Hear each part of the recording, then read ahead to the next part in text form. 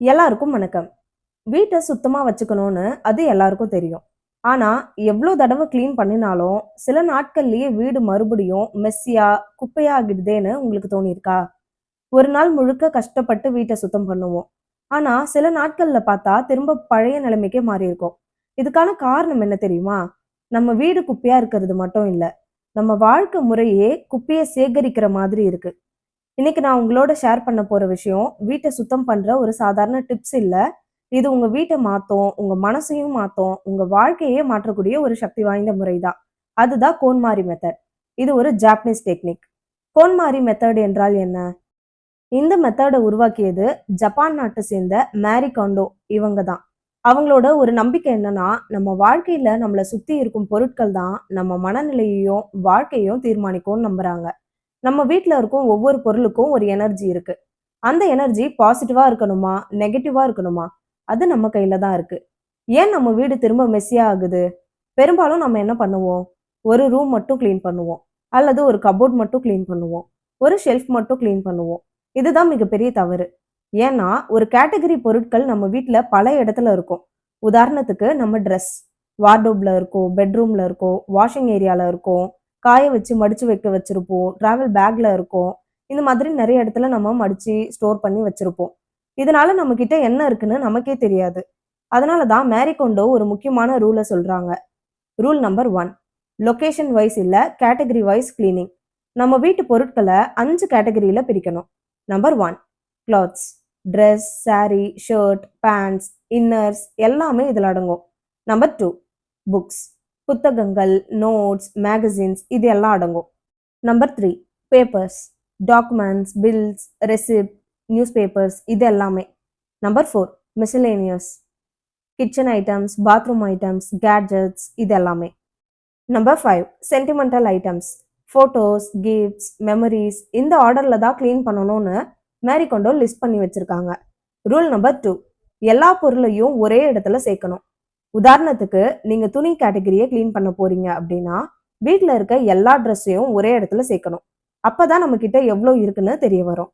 அந்த நேரத்துல நம்மளே ஷாக் ஆகிடுவோம். இவ்ளோ ட்ரெஸ் நம்ம கிட்ட இருக்கான்னு.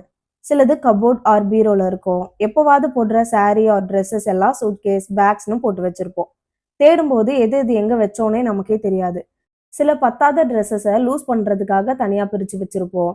சில கிழிஞ்ச ட்ரெஸ் எல்லாம் தைக்கலாம் அப்படின்னு சொல்லி ஓரமா ஒதுக்கி எங்கெங்கேயாவது வச்சிருப்போம். சில ட்ரெஸ்ஸஸ் எல்லாம் எங்க வச்சோம்னு நமக்கே தெரியாது. தேடி தேடி பார்த்துட்டு கிடைக்கலையேன்னு விட்டுருவோம். என்னைக்காவது ஒரு நாள் கிடைக்கும்போது போட்டு பார்த்தா நமக்கு சைஸ் பத்தாது. சரி, இது ரொம்ப டைட் ஆயிடுச்சு. நம்ம எக்சர்சைஸ் பண்ணி வெயிட் லாஸ் பண்ணிட்டு அப்புறமா போடலான்னு தனியா வச்சிருப்போம் இல்லையா?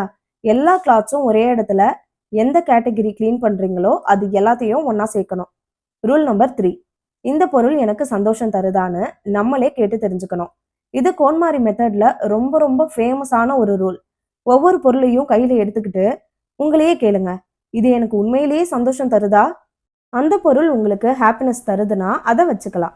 அப்படி இல்லன்னா அத விடுங்க. இவ்ளோ நாள் பயன்படுத்தினதுக்கு அந்த பொருளுக்கு நன்றி சொல்லிட்டு விடுங்க. ரூல் நம்பர் 4 ஃபியூச்சர்ல தேவைப்படலான்ற காரணத்த நிறுத்துங்க. நம்ம எல்லாருக்கும் இந்த ஹேபிட் இருக்கும். நாளைக்கு தேவைப்படலாம். இந்த ஒரு எண்ணமே நம்ம வீட்ட குப்பையாக்கிடுது. ஒரு பொருள் பல வருஷமா பயன்படுத்தல, யூஸ் ஆகலனா, அது இனிமேலும் யூஸ் ஆக வாய்ப்பு குறைவு தான். நம்மகிட்ட ஏற்கனவே இருக்க ஒரு பொருள திரும்ப நியூ மாடல், நியூ டிசைன்னு வாங்கி பயன்படுத்தாம அல்லது ஃபியூச்சர்ல இத பயன்படுத்திக்கலான்னு மேல எங்கேயாவது போட்டு வச்சிருப்போம். இடத்த தான் அடைச்சு வச்சிருப்போம்.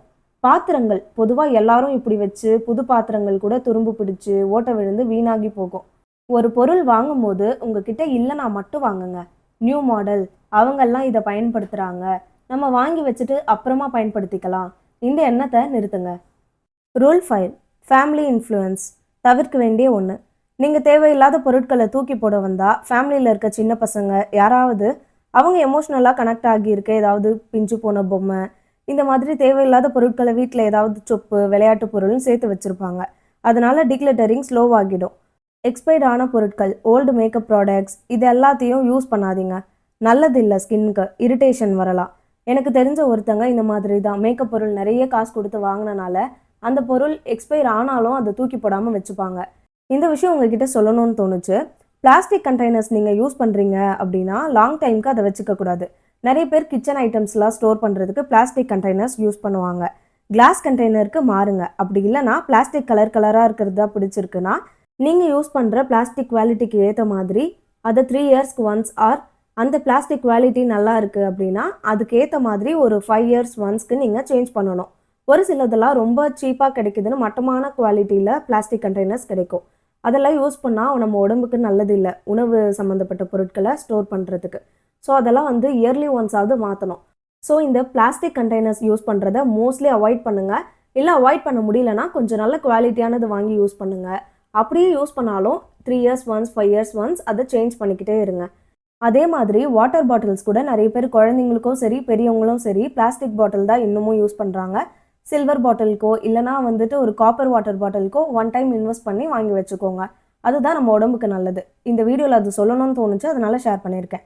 ஸோ இந்த 5th ரூல் வந்து பழச தேவையில்லாததை ஓரம் கட்டுறது தான்.